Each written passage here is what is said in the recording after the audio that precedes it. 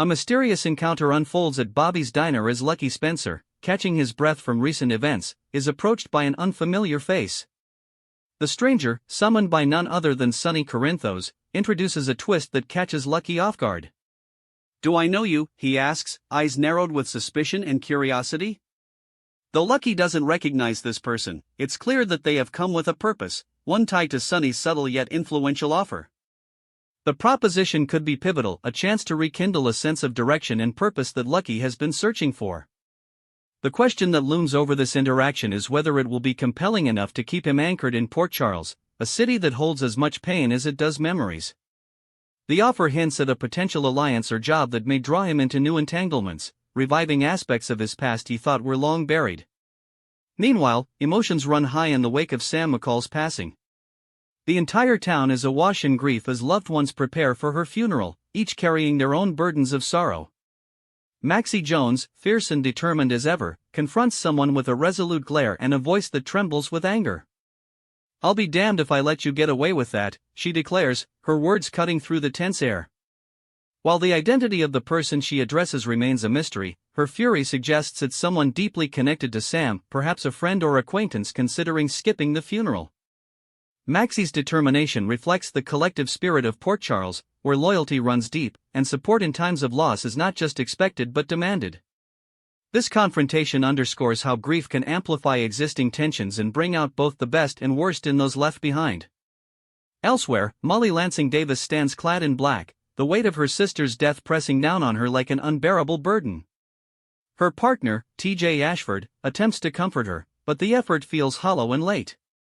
Molly's pained voice, edged with frustration and a sense of betrayal, whispers, "You know I needed you."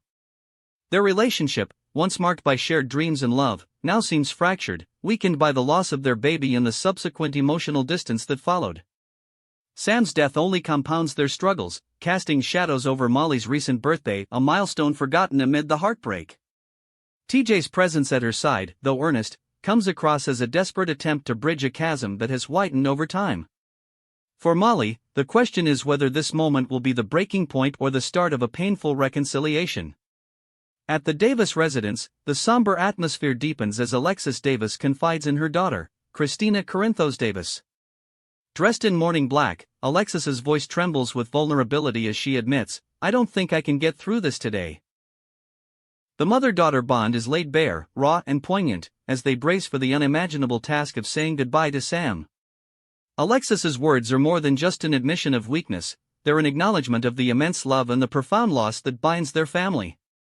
The unanswered questions surrounding Sam's death only add to the strain. The heart attack that claimed her life remains an enigma, striking suddenly despite her seemingly perfect health before she donated part of her liver to Lulu Spencer. The tragedy of losing Sam leaves a scar on Alexis's heart, a constant reminder of how quickly everything can change. Dante Falconeri, carrying his own grief, finds solace in the quiet understanding of his old friend, Cody. In a moment filled with the heavy silence that only true friends share, Cody offers support, saying, "There's nothing we can't figure out together."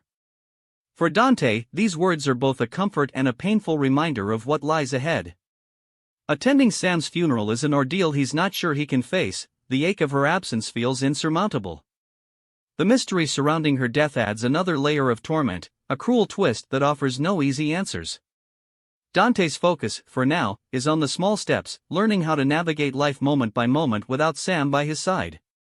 Cody's reassurance is a beacon in the storm, yet it's clear that the path forward will be steeped in grief and unanswered questions.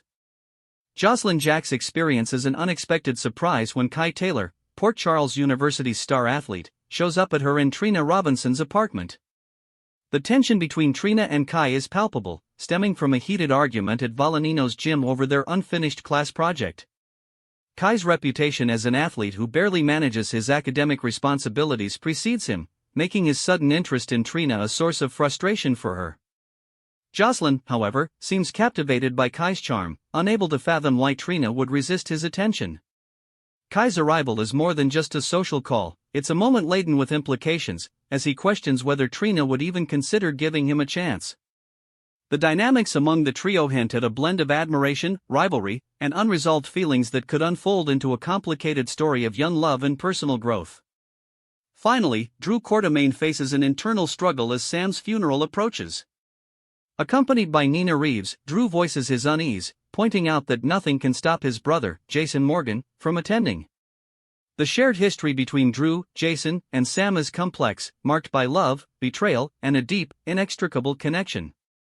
Both men fathered a child with Sam, and the knowledge of what they once shared makes Drew uneasy about seeing Jason at the service. Nina's concerned expression mirrors Drew's uncertainty. Neither of them knows the extent of Jason's awareness or motives, especially after the punch Drew recently took from him. This gathering, shadowed by grief, promises to surface hidden tensions and past conflicts, laying the groundwork for confrontations that could change everything. The city of Port Charles stands on the precipice of emotional upheaval as its residents brace for the mourning and revelations to come.